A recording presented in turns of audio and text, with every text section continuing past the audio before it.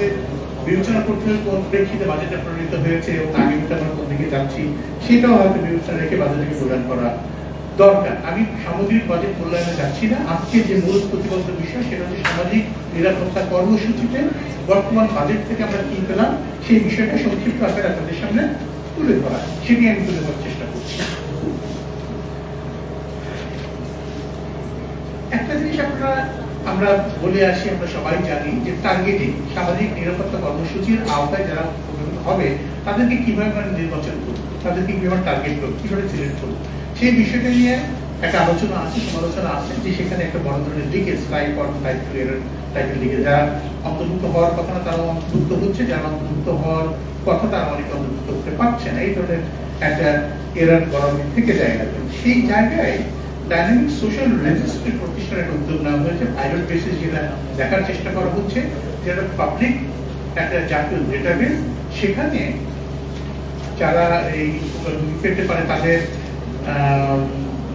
Social এবং demographic information থাকবে, সেটা রেগুলারলি আপডেটেড হবে, সেটার ভিত্তিতে কে এলিজিবল না সেইভাবে তথ্যটা সংগৃহীত হবে, সেভাবে টার্গেটিংটা এবং উপকারভোগী নির্বাচিত হবে আর কি। বিভিন্ন মন্ত্রণালয় এবং সংস্থা এই ডেটাবেসে অ্যাক্সেস থাকবে, এটা ব্যবহার করে তারা তাদের উপকারভোগী নির্বাচন করতে পারবে। তাতে করে একটা তথ্য ভিত্তিক নির্বাচন করা সম্ভব হবে এবং একই ব্যক্তি যাতে একাধিক প্রোগ্রামের মধ্যে আসা উচিত না হয়, তারা আসতে যাতে না পারে সেই বিষয়টা করা সম্ভব হয়।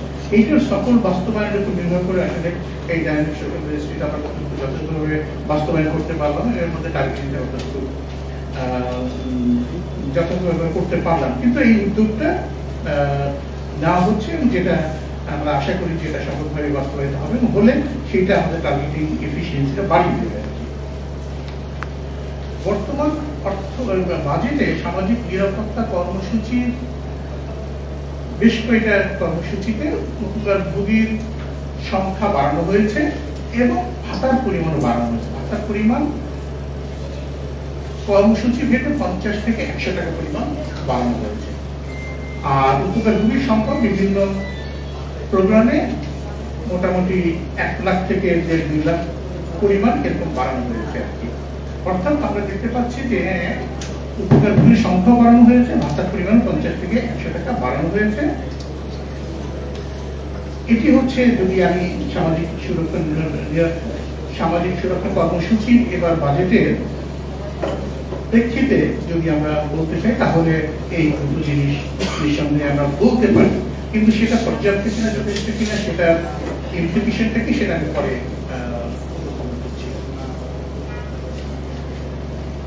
আমাদের যে সামাজিক সুরক্ষা কৌশলপত্র যেটা ন্যাশনাল সোশ্যাল সিকিউরিটি স্ট্র্যাটেজি প্রণীত হয়েছিল সেখানে বলা হয়েছিল যে মূল্যস্ফীতির সাথে সমন্বয় রেখে আমাদের এই ভাতার পরিমাণটা নিয়ন্ত্রণ করতে হবে। খাদ্য অধিকার বাংলাদেশের পক্ষ থেকেও একাধিক প্রস্তাবনা ছিল, তার মধ্যে একটি ছিল যে আমাদের যে দারিদ্র্য সীমার আয় সেই আয়ের সাথে সামঞ্জস্য রেখে যাতে করে আমরা ভাতার পরিমাণটা নির্ধারণ করি।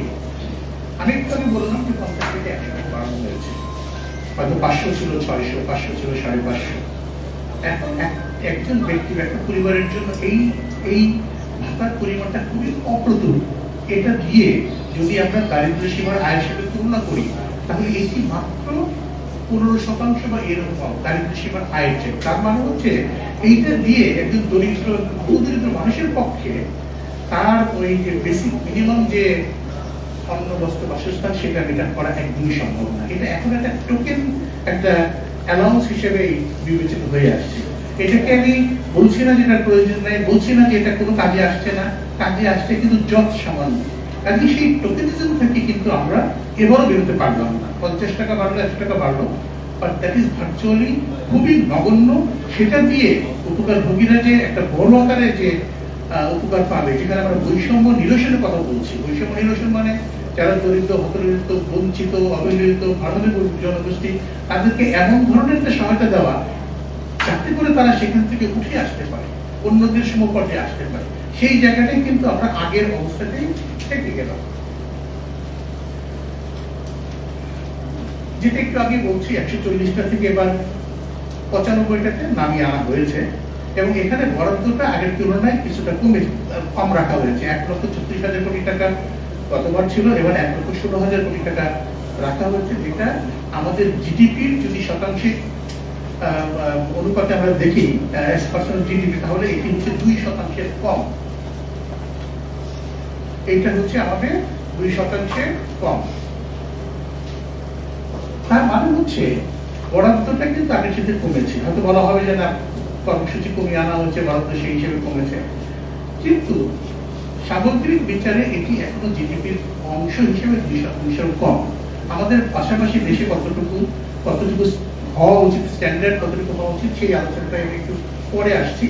বাট এটা মাত্র জিডিপির 1.87%।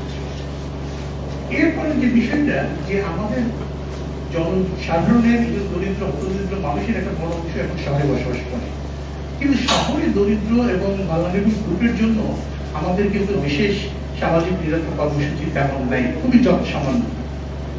এবারেও সেই জিনিসটা আমরা দেখছি যে সেখানে আমরা কোনো পরিবর্তন আমরা দেখছি না, যে শহরে দরিদ্র হতদরিদ্র জনগোষ্ঠীর জন্য উল্লেখযোগ্য কোনো কর্মসূচি নেওয়া, তাদেরকে এর আওতায় নিয়ে আসার কোনো উদ্যোগ আমরা এই বাজেটে আমরা দেখতে পাচ্ছি না। বর্তমানে যেটা আছে সেটা মোট সামাজিক নিরাপত্তা কর্মসূচির বরাদ্দের মাত্র 1% শহরে যারা বসবাস করছে দরিদ্র তাদের জন্য এই বরাদ্দটা।